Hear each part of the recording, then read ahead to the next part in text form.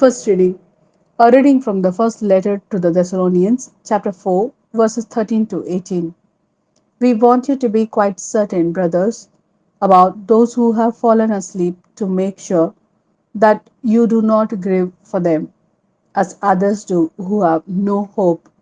We believe that Jesus died and rose again, and that in the same way God will bring with him those who have fallen asleep in Jesus. We can tell you this from the Lord's own teaching, that we who are still alive for the Lord's coming will not have any advantage over those who have fallen asleep. At the signal given by the voice of the archangel and the trumpet of God, the Lord Himself will come down from heaven. Those who have died in Christ will be the first to rise, and only after that shall we who remain alive be taken up in the clouds, together with them, to meet the Lord in the air. This is the way we shall be with the Lord forever. With such thoughts as these, then you should encourage one another. This is the word of Lord. Thanks be to God. A reading from the Gospel according to Luke, chapter 4, verses 16 to 30. He came to Nazareth, where he had been brought up, and went into synagogues on the Sabbath day, as he usually did. He stood up to read, and they handed him the scroll of the prophet Isaiah. Unrolling the scroll, he found the place where it is written, "The Spirit of the Lord is on me, for he has anointed me to bring the good news to the afflicted. He has sent me to proclaim liberty to captives, sight to the blind, to let the oppressed go free, to proclaim a year of favor from the Lord."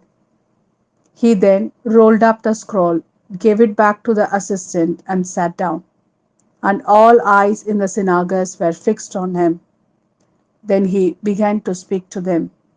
This text is being fulfilled today, even while you are listening.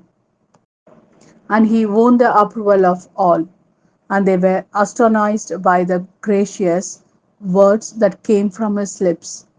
They said, "This is Joseph's son, surely." But he replied, "No doubt you will quote me the saying, 'Physician, heal yourself and tell me.' We have heard all that happened in Capernaum. Do the same here in your own country." And he went on, "In truth, I tell you, no prophet is ever accepted in his own country.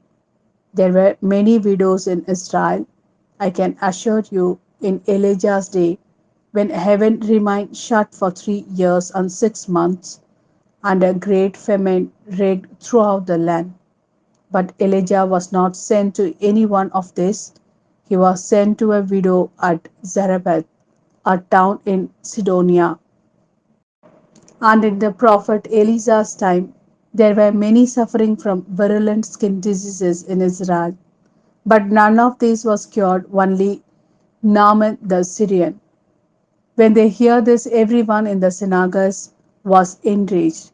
They sprang to their feet and hustled him out of the town, and they took him up to the brow of the hill their town was built on, intending to throw him off the cliff.